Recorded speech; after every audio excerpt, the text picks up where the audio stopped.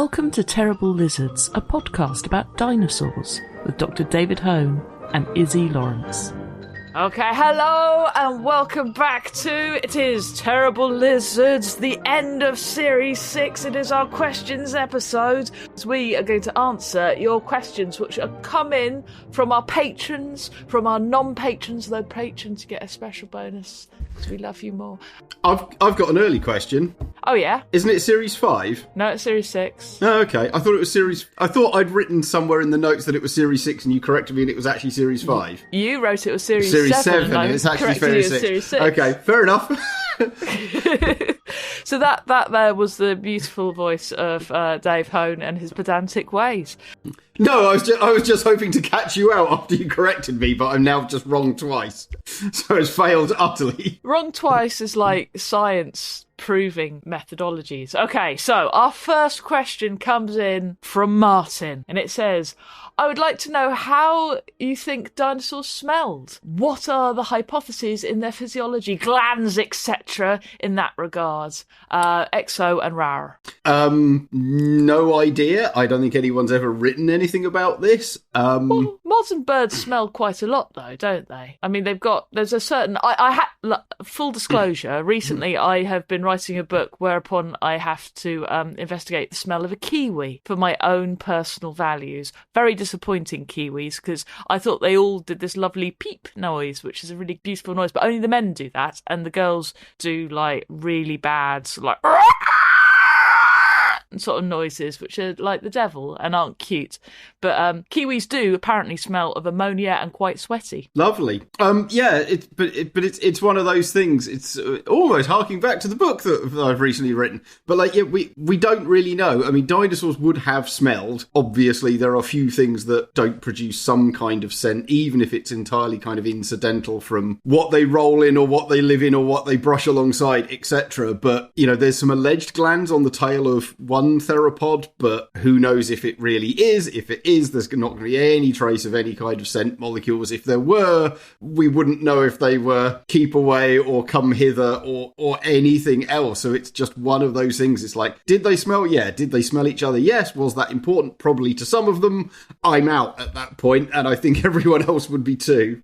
I mean, almost certainly they would have had some sort of odour if they were feathered, simply because, you know, feathered animals, they preen, don't they? So there would have been a cleaning. Yeah, I mean, basically everything smells. I mean, even reptiles, which you often think of as being quite scentless, you know, there's still a bit of smell there. Yeah. And so, yes, like, and again, it's also partly that, you know, what did dinosaurs smell like? Well, of the 1,500 species over 165 million years, probably there was some variation in there. But again, how much, which, when, what, don't know. We don't know. Fossils smell of rock. Yeah, which often doesn't smell of very much, I have to say. No. So this is what... Now, before I ask this question, I want to ask you what basal means. B-A-S-A-L. So basal is a term which we're trying to move away from because it has certain evolutionary connotations that people often don't mean when they use it. Okay. I will précis my answer with that. That said, I still use it when I'm not thinking about it, and loads of people do still use it, and you'll see it absolutely everywhere. But I will say we should probably kind of stop. So basal is effectively the opposite of derived. So when we're talking about change over time, we can definitely talk about basal characters and derived characters. So flight would be a derived characteristic of birds. Basal would be non-flying, which is present in the earlier theropods, for example. But people often talk about species or lineages as being basal and derived, and that's kind of the problem because we should be thinking of branching events. And while, yes, T-Rex is part of that earlier branching of dinosaurs than is, say, birds, T-Rex has been its own thing separate from the bird lineage for 130 million years or 100 million years. It's kind of weird to call it, you know, basal, as if it's some kind of primitive early theropod which doesn't have any of the unique... No, it's got its own unique characters. So what people usually... When people talk about characters, it's perfectly correct. When people talk about lineages, what they kind of mean is it branched off early in the grand scheme of things. And so the term early branching is what we're starting to use. In which case, I think Glenn has got this right when he asks his question, which is, flight is a derived trait in birds relative to the basal theropod condition of being flightless. You agree with that, don't you, Dave? Yes. Is it? Yes. No, I was just thinking it through. Yeah. But then flightlessness is a derived trait in ostriches relative to the basal bird condition of having flight. Because ostriches used, like their ancestors, would be flight. Yeah, did fly and now don't. Yeah. So what language would biologists and paleontologists use to describe the derived trait of flightlessness in ostriches relative to the basal condition of flightlessness in theropods? So the one you'd usually use is to say secondarily. Okay. So I think we talked about this when we did marine reptiles with Kirsten. I forgot. So we say they are secondary. So we talked about marine reptiles, then we say they are secondarily aquatic. You know, fish and the amphibian ancestors came out onto land. That was a shift to terrestriality, and then they secondarily went back to the water to give us ichthyosaurs and mosasaurs and whatever. So you would say they're secondarily flightless is the usual one. Excellent. Well, that's the answer to that question. Yeah, and then it's all context dependent. I was literally talking to my students about this a week ago because I was doing the lecture about reptile diversity and pointed out that I was speaking to someone else about this a while ago, and we think tortoises are the only example of a vertebrate, at least, which are secondarily terrestrial, because the ancestors of modern tortoises were aquatic terrapins and turtles. Oh. So you've got amphibians coming onto land. Yeah. You've then got them, the early Chelonians, secondarily becoming aquatic and then secondarily becoming terrestrial.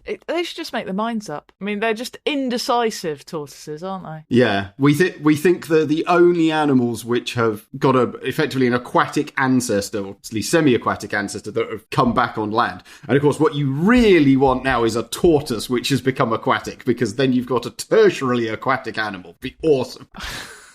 Amazing. This is a question from Sam. Do you think that dinosaurs danced or had elaborate courtship rituals like so many birds, think grebes, etc.?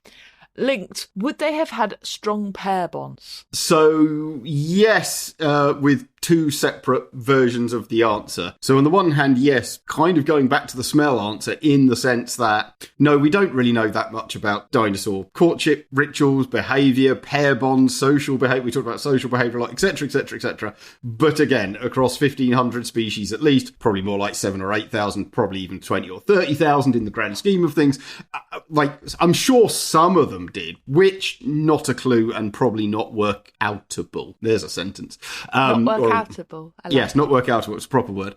But then going back, we actually have some specific excellent evidence for paired courtship rituals, which came out, I want to say 5 or 6 years ago, done by a really good trackway guy called Martin Lockley in the States and a team of co-authors. And I was actually the referee for the paper, and it was one of those things where I got the paper through and it was like, evidence for pair rituals in dinosaurs. And I get stuff like this periodically, and as a behaviourist who has repeatedly preached about good evidence and understanding and over-extrapolation of stuff, my heart kind of sank and went, oh, this is going to be awful, isn't it? They're going to be massively extrapolating the tiniest bit of data. It's going to be woefully unconvincing. And I read the paper and went, this is great, and you should publish it because it is really, really solid. But how could you prove that? How could you know? Prove is a word for maths. We have evidence for. But basically, it was a form of comparison. So what they had, I'm sure we've talked about this for the record.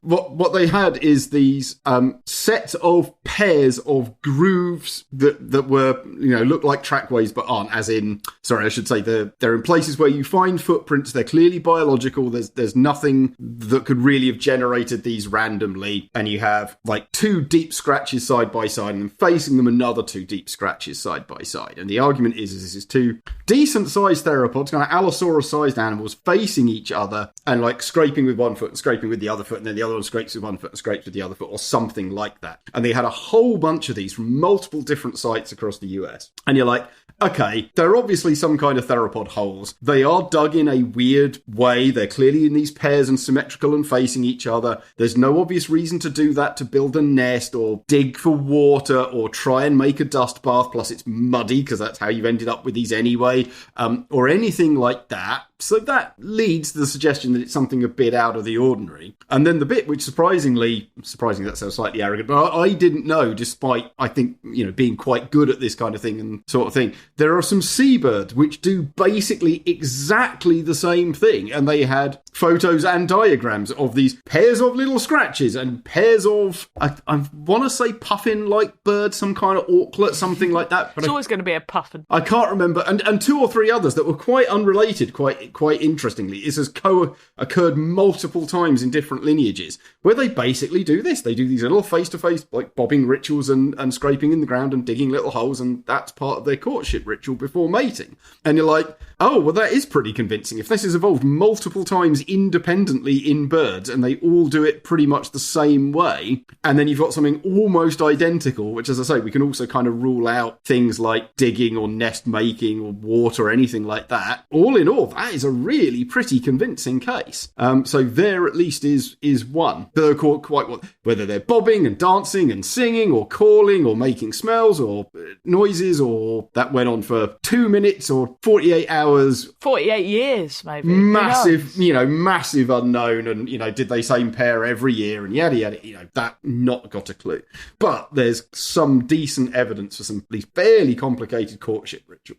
This is one from Tom, who says, is there any evidence of dinosaurs having big floppy ears like a spaniel? Well, no, and they wouldn't, is the short answer, because, external soft ears are really very rare. Basically, only mammals have them, and indeed only derived mammals have them. Early mammals, so like your echidna and your platypus, don't. I think we talked about that in the episode when we had Elsa Pancreoli on. Possibly. We talked about a lot of little micey things. Yeah, but I think we talked about ears and when ears first appear and that's all part of it. Yeah, I think we did. But in any case, basically, no, they're a very specialist mammal thing, and we don't see them in anything else at all. And there's no real reason to think that dinosaurs would have gone in for anything like that. Other than spaniels are cute, they might have, wanted to look cute. So Matthew has a couple of questions. One, did Dilophosaurus actually have a weak bite, or is our understanding of theropod bites forces warped because everything gets compared to T-Rex? So off the top of my head, I don't know, because I can't recall bite strength values for random animals. What's wrong with you, Dave? You call yourself derived a paleontologist? from random papers. Yes, I know. Yes, terrible of me. Off the top of my head, I think it does have, for its size, a relatively weak bite. It's certainly got a fairly lightly built skull. I think its teeth are pretty small for the size of head that it has. And putting a mental picture in my head of Dilophosaurus' skull, I don't think it's got a lot of big muscle attachment sites for the kind of big power biting you expect even of an allosaur, let alone a tyrannosaur. So yeah, what was it eating then? Like loads of marshmallows? Little things. Well, so what you tend to end up with is there's obviously a continuum. It's relatively easy to have mechanically a skull, so a simple lever with a hinge at the back of the jaw that bites down quickly but not very hard, or hard but not very fast, or of course something kinda in between. And T-Rex is at one extreme, Spinosaurus and something like that is probably at the other extreme. Allosaurus is, in the grand scheme of things, probably closer to T-Rex, and Dilophosaurus in the grand scheme of things is probably closer to Spinosaurus. So they're more kind of in the middle, but I think off the top of my head, Dilophosaurus is at the lighter, faster bite, which would suggest that it's going after little things, which I think is probably actually matched by that slight hook in the jaw, which people have used to say, oh, it's a fish eater. And it's like, it's not really a fish eating thing, it's a gripping small wriggly things thing. And so, yes, fish are part of that, which is why you see it in things like crocodiles. But you see it in things like snakes as well. And very few of them are eating fish. Lots of them are grabbing little furry mammals that wriggle a lot. And so I think Dilophosaurus is grabbing lizards and mammals and baby dinosaurs, and small even by its body size standards. And that's probably what it's going for. Okay, now question 2. Has Izzi's torn MCL tendon given her any insights into how ankylosaur inflicted injuries would have affected theropods? And I would say no, because mine was torn apart, not bashed in so much. But I don't know if T-Rex ever would have been on the sofa in a leg brace for a few weeks, going slightly mad. Well, they couldn't put it on. Haven't got the arms. No, that's true. They don't have the arms. See, I have the advantage of, still being able to use 3 limbs and also having things like a car. That helps. Obviously not when my leg was in the brace. But no, I am cured pretty much now. I'm still finding it a bit difficult to do certain things, but most of it I can do, and things are getting better. Thank you for your concern. That is good. But and also wasn't really concerned. Just wanted to ask about Tyrannosaurus and Ankylosaur attacks. Yes, I mean I would much rather have been thrown awkwardly by an orange belt and had a ripped MCL tendon than have an Ankylosaur's hammer smash through my shin bone. Presumably the orange belt was being worn by someone doing jiu-jitsu rather than just some kind of poltergeist-like activity of a floating piece of cloth. Just checking. Yeah, it's worth doing that, because poltergeist wouldn't hurt me like that. We're on the same side. So, Dave, this is from Gutser. Dave, what areas of the world do you believe have significant untapped reserves of fossils that haven't been discovered thus far and could contribute significantly to our understanding of the past? Hell's Creek has been studied for more than a century, but there must be places that we don't even know about. Yes, and presumably we don't know about places we don't know about. But you know about them, Dave. Yes. You know about them because you know everything. We don't know about them, but aliens like you. Yes. So yeah, lots. I mean, again, I'm sure we talked about this in the past. I mean, Australia is the one I always come back to. We know there's loads of really cool stuff in Australia. It's really hard to get to. It tends to be in the middle of nowhere. Australia doesn't have many paleontologists. That's going to be good. We've found some incredible stuff in Antarctica, but digging there, unsurprisingly, is ludicrously expensive and often fails utterly when the weather closes in.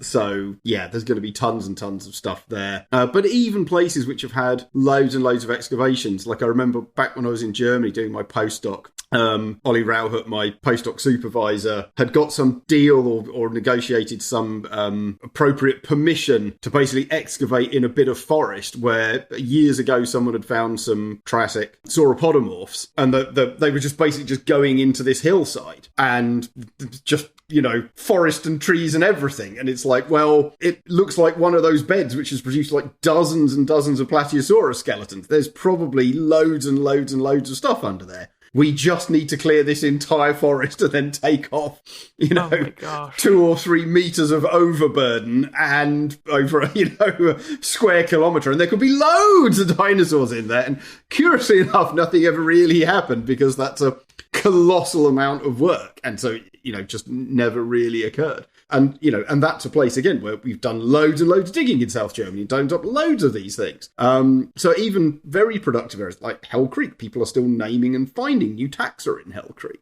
There's stuff which we've got... Where is Hell Creek, for those who don't know? Montana is the main site. It's a site because obviously it's a formation, so Hell Creek extends over an area, but the classic bits that people really do all their excavating it's in Montana. I'd be surprised if there weren't some bits popping up in a couple of other states if you knew exactly where to look. But yeah, even those are still turning up things which are being described as new or things we think are probably new, but we don't have enough to tell yet. There's that classic idea that like 10% of fauna make up 90% of the individuals. If you go to Africa, for example, it's always the go-to because they're kind of the least disturbed fauna. You'll see a lot of elephants and you'll see a lot of wildebeest and you'll see a lot of impala, or if you're in the north, you'll see a lot of Thompson's gazelle, and you'll see a fair few zebra and a fair few giraffe. And already you're starting to get away from the things that are very common. And even just listing the big stuff like that, it tails off pretty rapidly. There's dozens of species of antelope,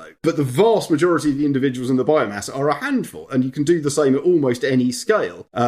You could look at the rodents there, and you'll find that there's a couple of rat and mice species that are very, very common, and you might have to hunt for months to find the rare rare ones, but they're there. And think about how that reflects with dinosaurs. If we haven't even finished finding all the common ones yet, actually, let alone all the rare ones from all these faunas.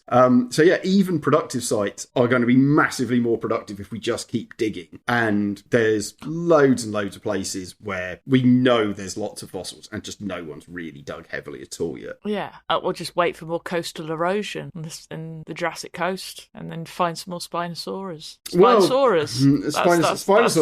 Yeah, but there's an idea, okay, they're much rarer, but people have been pulling up dinosaur bones in the south of England for 200 years. Baryonyx was only found and named in the 80s, and we've got our new ones in the 2020s. And yeah, looking back historically, there's much, much older bits. Now we know what we're looking for. There's bits of teeth and vertebrae, and our little bones are almost certainly Baryonyx or something very like it. But getting that material, it's few and far between. It takes a long time. Okay, I've got a little one here from John. He says, "Can you please stop saying research?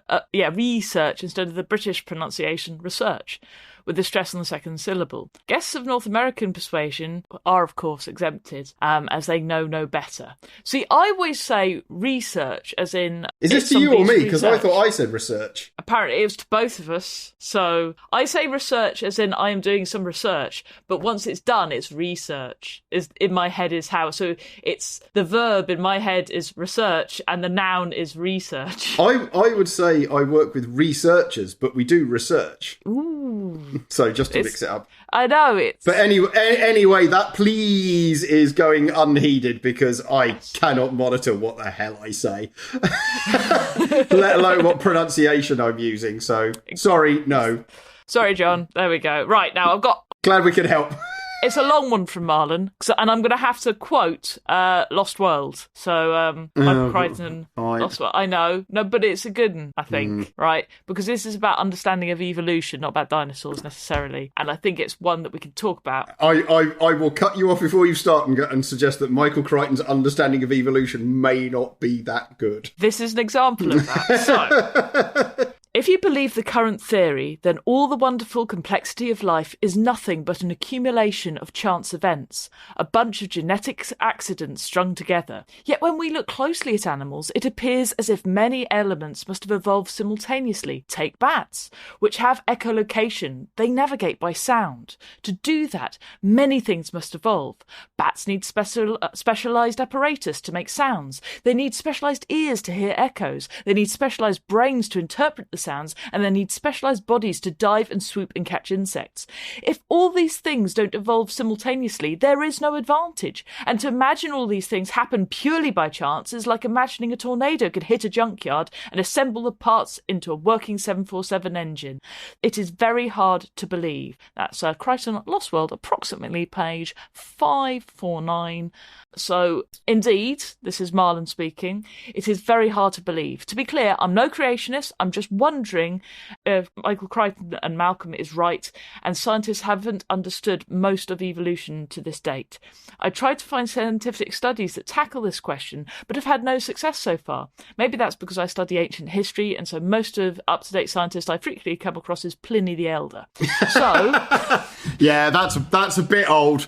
Probably something more, post-Darwin might be an idea for your starting point. So if you could bring me some light onto the situation or link me to an article that does, I'll be very grateful. Before Dave goes into this, I think The Blind Watchmaker is a very good book, which is Richard Dawkins, explains this beautifully. But I'll give Dave a go. Well, the short answer is the premise is completely wrong. They don't have to evolve simultaneously. And moreover, a lot of the things he's saying are also wrong. You don't need specialised hearing or a specialised brain to echolocate. There are some wonderful videos online of this is years ago, so I saw this on the TV probably more like 20 years ago. So when I say actually there's videos online, I don't know, I haven't checked, but there is definitely footage and documentaries out there of I think guy in Japan who basically taught blind people to echolocate by clicking and listening for the echoes. And I saw a film of two teams of blind people playing baseball and clicking to detect the ball coming in and hitting it with a bat. and then clicking to run after and find the ball and catch it and throw it to other people. I want to underline that you say when they hit it with a bat, we're talking about a small mammal, we're talking about a baseball bat. Carry on. Yeah, and there is a lot of people who do this. You do not need specialist apparatus to make noises that can echo, to have ears that can pick them up, or brains to process them. So all of that is out the window instantly. What, of course, you have, which is what evolution does, is it takes things that are already doing something and turn them into something else.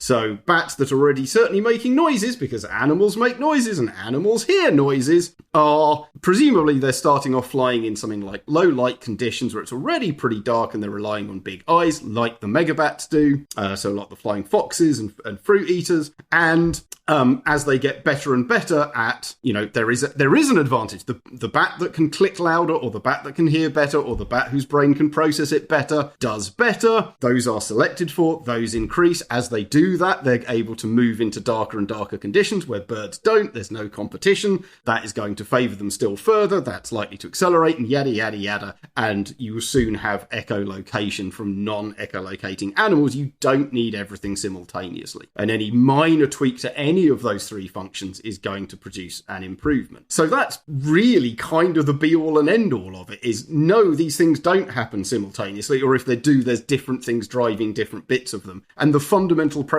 about how these things work and about how they're selected for is also completely wrong. So yeah, curious enough, Crichton massively misunderstands evolution. And while I'm on a minor rant, Ian Malcolm is therefore the quintessential non-evolutionary biologist telling evolutionary biologists that despite they've been working on this stuff for 200 years, they don't really understand it like he does, and they've clearly got it all wrong from his first false premises, assumptions and misunderstandings of the most basic stuff that Darwin talked about 200 years ago, and you would understand if you just bothered to read the one book he wrote on it, let alone any single textbook or popular science book that has come since. But don't let that stop you telling the entire field for the last 200 years that they don't know what they're doing. Incidentally, for the record, I come across people like that. Yes, this is the issue. I do think it is that weird idea that people have in their head. Just go, they see an animal and they go, well, there's no way that could happen by chance because it is a perfect form. And you can't, and because you can't see all the stages it went through, you can't see how it could possibly have arrived there. Yeah, Mike Taylor has a really nice line, which is a gross simplification, but it's quite a good one. Is that like, no, this did evolve by chance, but it's keeping the sixes. Yes, every roll of the dice is random at that level, but if something works, you get to keep it. So actually, it's not, well, how did you roll a million dice and get a million sixes simultaneously? It's like, we didn't. We rolled a million dice and we got, well, obviously, if we're doing 1 in 6, 80,000 sixes, but we kept them and then we rolled the others, and then we kept them and then we rolled the others, and then, but of course, with the fossils, we have a fraction of those, and so people tend to go, well, that's got no sixes and that's got a million sixes. Can't have happened. No, you're just looking at the two end points with no knowledge of what happened in between. And of course, and this is where you get that classic creationist thing of, we then find the thing in between and they go, oh, but that's 500,000 sixes. So that you still got the gaps between 0 and 500,000 and 500,000 and 1 million. And it's like, oh, for God's sake. They call it God of the gaps. Yeah. Literally, you've now got 2 gaps. We filled the gap and you've generated 2 gaps. You fill those gaps, now you've got 4 gaps. And let's face it, you can't tell, like, if your parents go missing and you're brought up by your grandparents, basically God magicked you into existence. Yeah. That's what happened. Yeah. But if you want to take home that Crichton didn't really know what he was writing about when he wrote about dinosaurs, that he doesn't seem to understand evolution, and by the way, he was a climate change denialist as well, doesn't really help his case. However, he's a force for good because he brings people to interest on dinosaurs, because he helps imagine them, and that's important, even though he's wrong. So interestingly, so I've written an essay. I say I've written an essay. I contributed to. I didn't do the heavy lifting at all, about Crichton and what he wrote about in Dinosaurs. And I reread Jurassic Park with a very specific intent of looking at in detail everything he actually says about the appearance and biology of the dinosaurs. and it's almost non-existent. It's remarkable just how little he says. You know, that literally... Do you know what you sound like? What? You sound like somebody, like an anatomist reading Mary Shelley and going, this Frankenstein isn't... You know, you'd have noticed the ligaments, surely. You'd have described the... But I mean, to a degree, yeah, but it's things like they see Stegosaurus and it's like a giant lumbering animal with plates along its back. Well, yes, we've known that since they were dug up in the 1870s.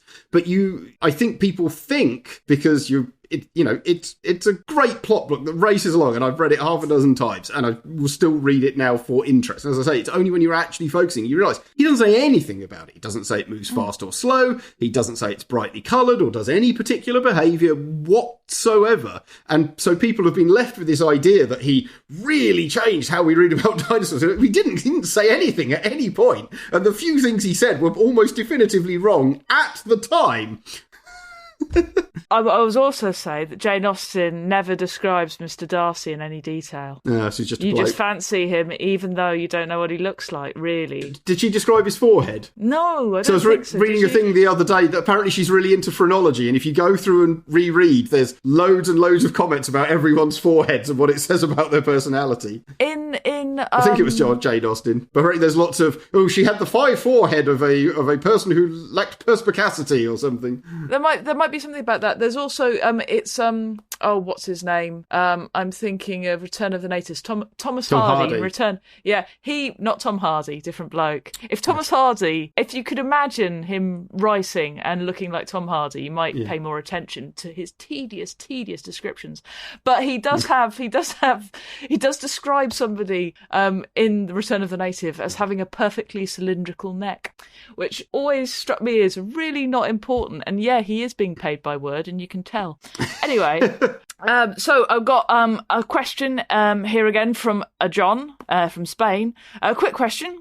Given that the largest living terrestrial critter, the elephant, is practically silent on its feet, and I've been crept upon completely unawares a good many times in Africa, did our beloved dino whoppers make such a racket, do you think? Yeah. So that's a really good question.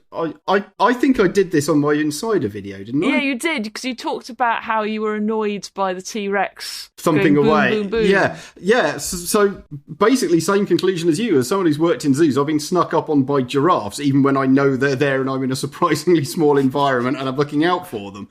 They move almost silently, and elephants too. Yeah, animals in general. When you hear them moving around, it's because they've moved things rather than they themselves make sound. And by which I mean, in Jurassic Park, it's dum because the T-Rex is hitting the ground and the ground's vibrating. Yeah, it doesn't really happen. I mean, yes. Obviously, T-Rex is 6-7 tons. That's bigger than some very big elephants, and the big sauropods are 50-plus tons. But sauropods clearly have at least some kind of padding under their feet in the way that elephants do.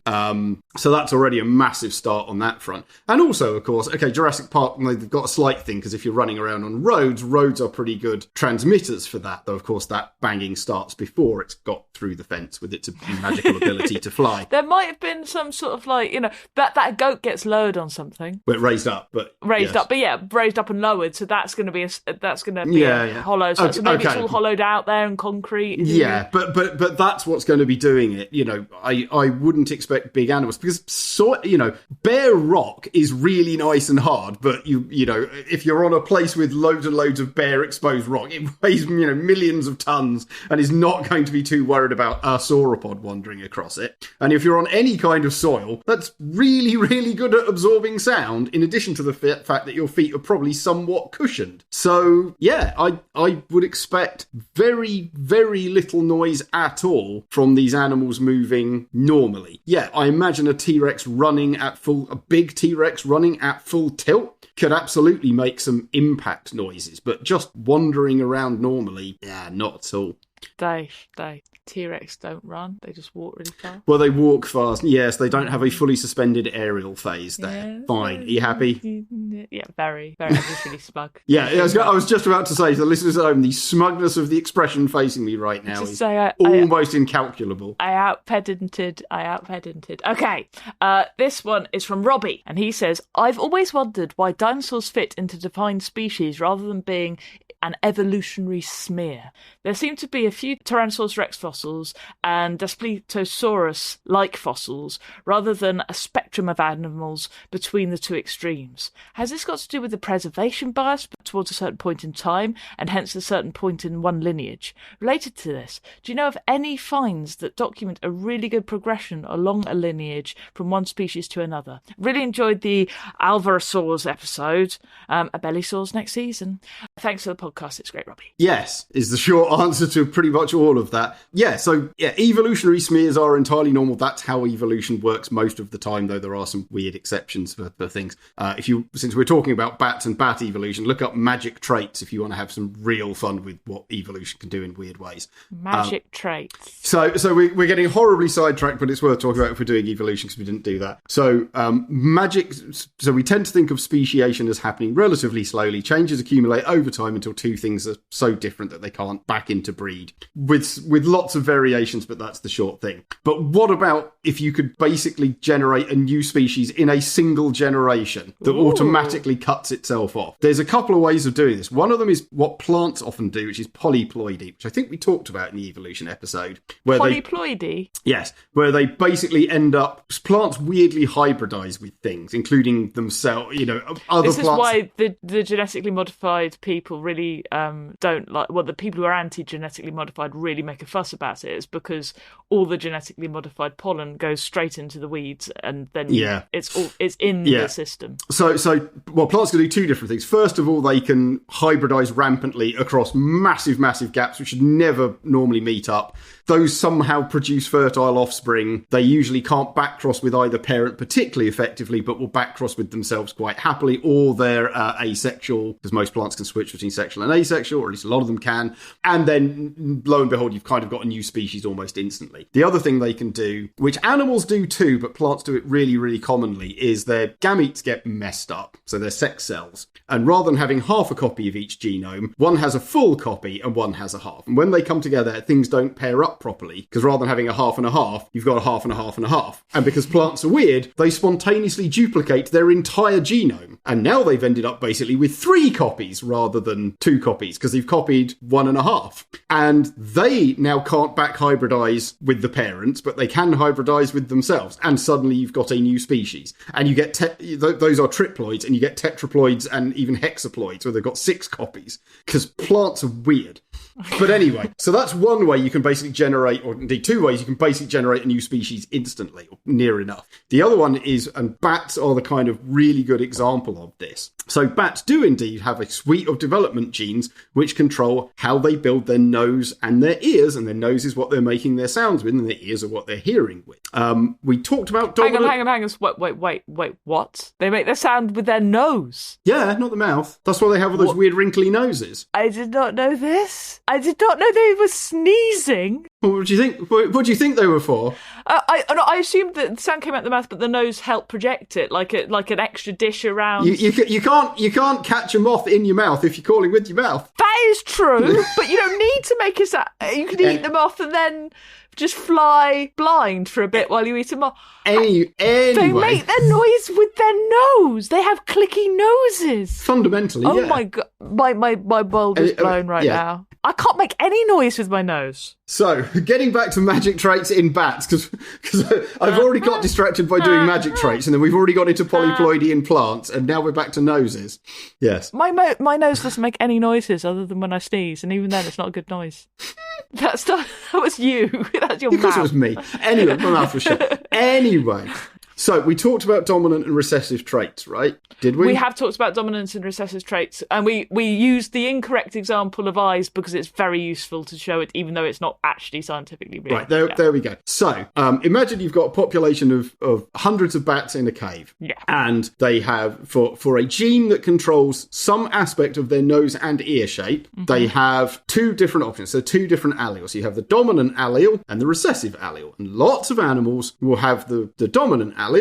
And even if they have the recessive one, if they've got one recessive and one dominant... Dominant wins. Dominant wins. And so imagine that... So, well, actually, I'll step slightly back. So imagine that the population is all double dominant. They've got dominant in spot 1, dominant in spot 2. Okay. And one of them has a mutation and it produces the new recessive one. But won't show it because it's still half dominant. It's recessive, so it won't show. And it will have babies, and some of its babies will have that recessive, but it won't show. And some of their babies will have that recessive, and it won't show. And now you're starting to get a fair number of recessives knocking through the population. But if there's only 20 or 30 of them, and there's a few hundred bats in the cave, it's rare that a recessive carrier will mate with a recessive carrier. And even then, it's only a 1 in 4 shot that the baby will have both. Double recessive, double recessive, or double dominant, yeah. But it's in particular, it's a 1 in 4 shot that they'll have double recessive. So the recessive gene just spreads and spreads and spreads slowly until it just gets more and more and more common. And then one year, for whatever reason, it could be entirely by chance, or that a lot of the dominant ones have died off, double dominants have died off, or it could be that it's just spread often enough. One year, a load of the recessive carriers get together and mate and have double recessive babies. Maybe even only half a dozen between them. But they're carrying the double recessive gene that controls their nose and their ears. So their nose and ears grows differently to mum and dad. They're bats. They navigate by sound. What pitch they put out and what pitch they hear determines effectively how well they can see and how big things are that they can see and who else they can hear and where they will forage based on the size of what they can hear. You've effectively generated a new species instantly. They literally can't hear their parents. They're making noises that their parents can't hear and don't respond to. And they can't... Right, so they're not going to backbreed with the parent population. They're only going to breed with their fellow double recessives. And you've effectively speciated them in one generation. That's very clever. Right, and weird as hell, but very, very cool. Very clever. Anyway, winding back some considerable time to try to remember what the original question was. It was about the Spletosaurus fossils and T-Rex fossils. Right, so on average, yes, there's a slow progress over time, and actually there's tons and tons and tons of smears in reality, but we don't really talk about it, and it's often actually quite hard to pick up.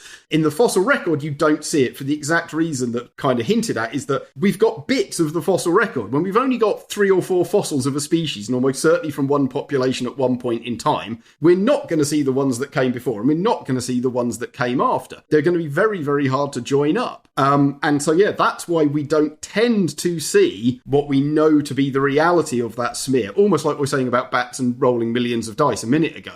We're going to see points, and we're not going to see the whole thing. Is there something that actually shows this? Yes, Triceratops in dinosaurs. And again, I'm fairly certain we talked about this at some point.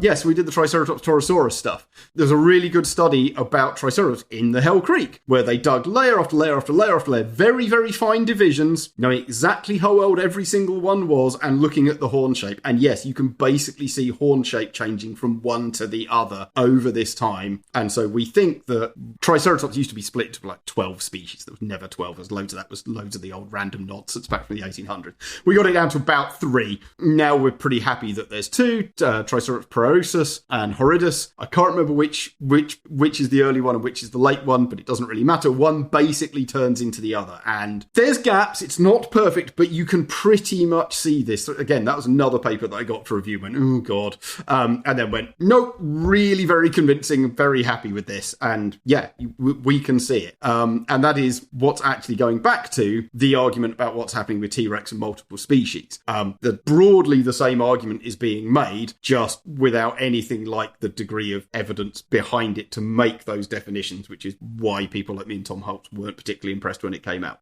Fair enough. Yeah. That was a nice short answer to a simple question. That was a good one. That was a good one. So I've got a question here from Kim, which is quite broad, because it is basically she'd like to study paleontology in more depth, but can't afford to undertake an academic qualification, and she's been reading voraciously. Good word.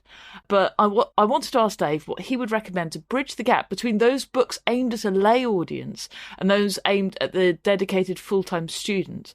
Also, is there anything else you'd recommend to give me firmer grounding in the subject? Much obliged, and thank you very much for a splendiferous podcast. Reads too much, so he uses words like splendiferous. Yeah, I mean, not much, unfortunately. I'm sorry to say, because that gap between the informed, interested amateur who's reading popular science and the student who has some formal background behind them is the gap, because for obvious reasons, having written for both audiences, there's a pretty big market of the lay audience, and there's millions of them, and although it's a much smaller audience, if you've written the right book for students, they kind of have to buy it, and they understand that there's often a premium when you're selling not many copies.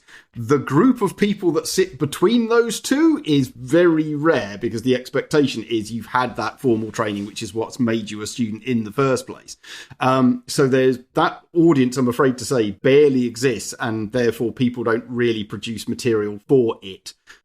So I think the best thing you can do actually is get as wide and as good a grounding as you can in a lot of the basic stuff that would go into making up that student's knowledge. In other words, if you don't have high school biology, for example, get a high school biology textbook. And if you do have high school biology, get an undergraduate university textbook, and go for that stuff. Because again, it's not just the dinosaur stuff. It's the understanding the mechanics of how bones work and how they're built, and inheritance and descendants and evolution, and how we put family trees together, and how ecosystems work, and why we understand behavior and game theory and Hamilton's rule, and all of that other stuff.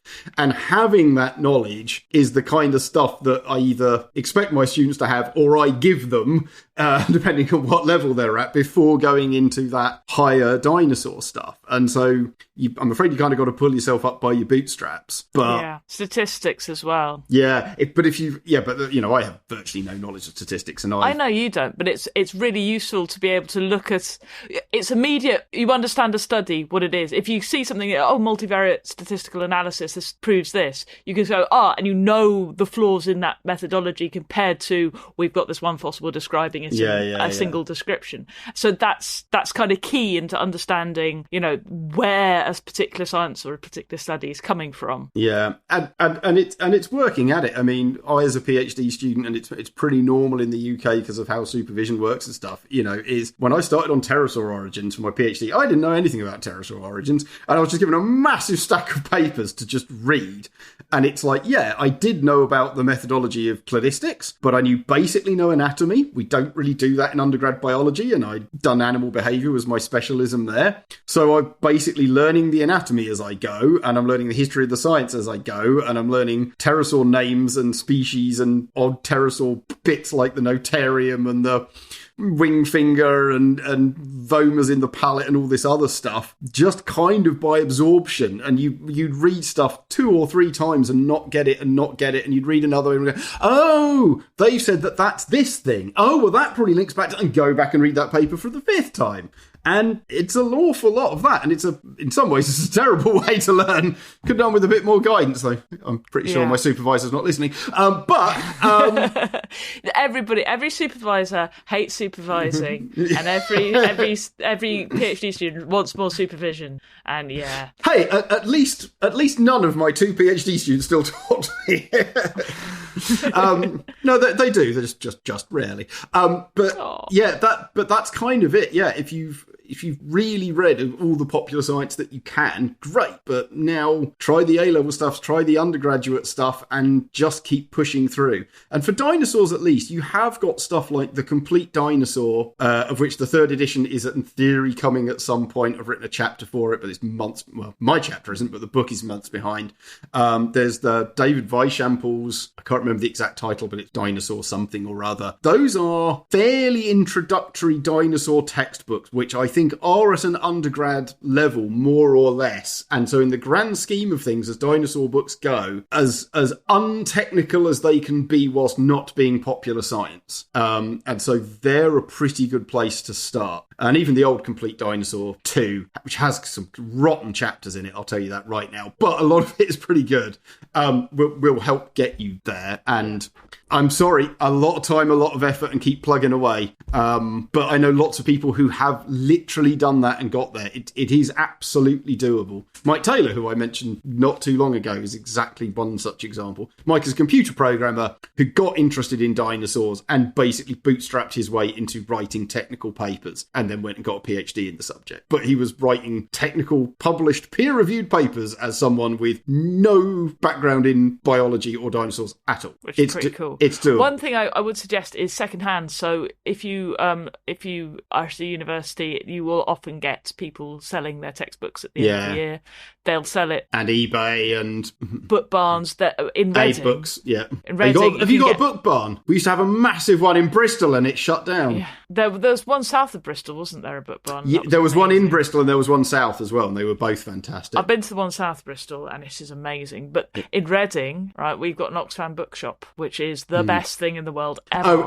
Yeah, because I can walk there. The Oxford one's pretty good, unsurprisingly. Yeah. So all of these books can be found, and just because something is 10 years out of date does not mean that the knowledge in it is wrong or anything like that. It just means it won't have the latest thing, but you can rely on Dave to tell you about all the latest things. Again, I mean, when I tell my students about undergraduate evolution books, I tell them, don't buy the new one. Or at least in terms of price, it's irrelevant. The books from 20 years ago, how evolution works and why we know how it works really hasn't changed. We might have better examples and new examples and some oddities that are worth discussing, but we've known this stuff, even the genetic side of it, for a good 50 years now. A 10-year-old textbook really is nothing wrong with it. That we didn't know that bats made noises through their nose, even though it's the most logical thing in the world, because I'm actually shocked why I didn't know that, and it's upsetting. How do they make noise? How do you click with your nose? Is it just through is it the same way we keep, would it be I don't know.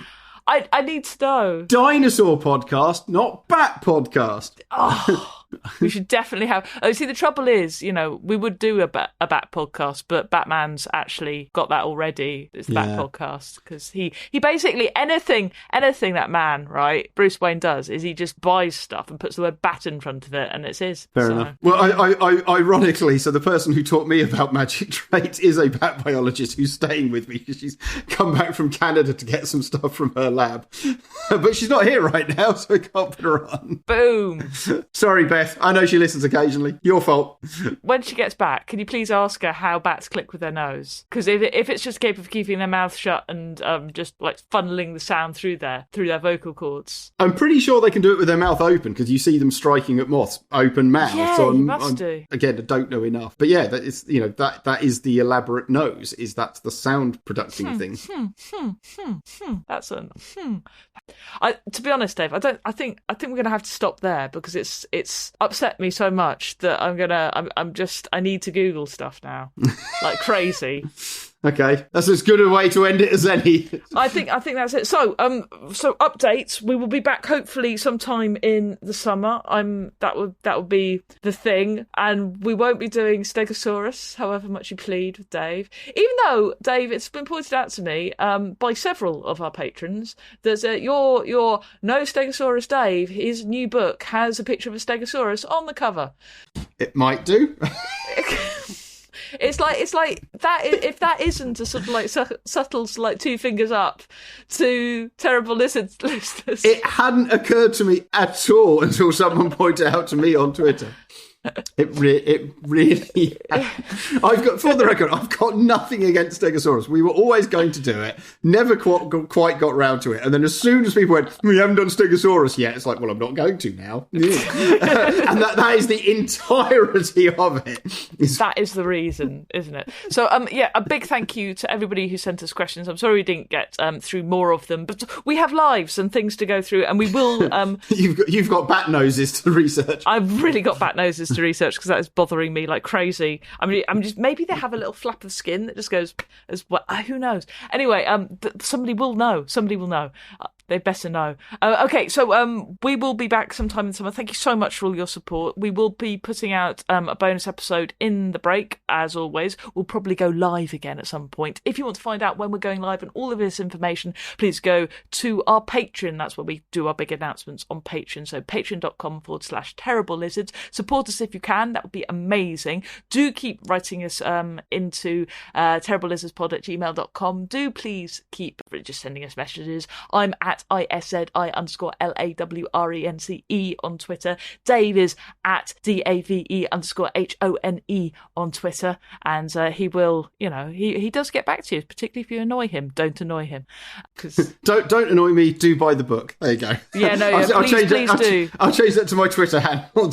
Don't annoy me. Please buy the book. And the book is called The Future of Dinosaurs. It is by Dave Hone. Please. In the UK, in America, it's called How Fast Did T-Rex Run? I've had loads of people emailing and asking me. I can't find it on American Amazon. It is on American Amazon or North American Amazon as How Fast Did T-Rex Run? It's not out till July. I had no handle in any of that, but it is there. You can find it. I think it's worth buying it in the UK and shipping it over and spending extra money. I don't know if you could do that. It's a nicer cover as far as I'm concerned. Well, exactly. And it's a more accurate cover and title in general, because as I've already pointed out in this episode, T-Rex didn't run. Well, and as I pointed out to them, that fills up maybe a paragraph in the book, and it's perhaps slightly overselling it with the title. Wow. I mean, anything with T-Rex gets Americans happy because it's their national dinosaur. What it kind of is. What country is that impression from? That is from this is what people in the United States sound like in Izzy's head. Yeah, no, it's really bad. Fair enough. Okay, so we're going to do a nice big roar to end the series, aren't we, Dave? Yeah, possibly. Okay. So, a big thank you and goodbye. 1, 2, 3. Thank you for listening to the Terrible Lizards podcast. To support the show, share this episode and leave us a review, especially with dinosaur emojis, on your app of choice. You can also become a patron on patreon.com/terrible lizards, where you will be rewarded with extra content. For more information about Dave and Izzy and our books, other podcasts and blogs, please visit terriblelizards.co.uk. We hope to keep making this content, and it's down to your support that we do, so thank you.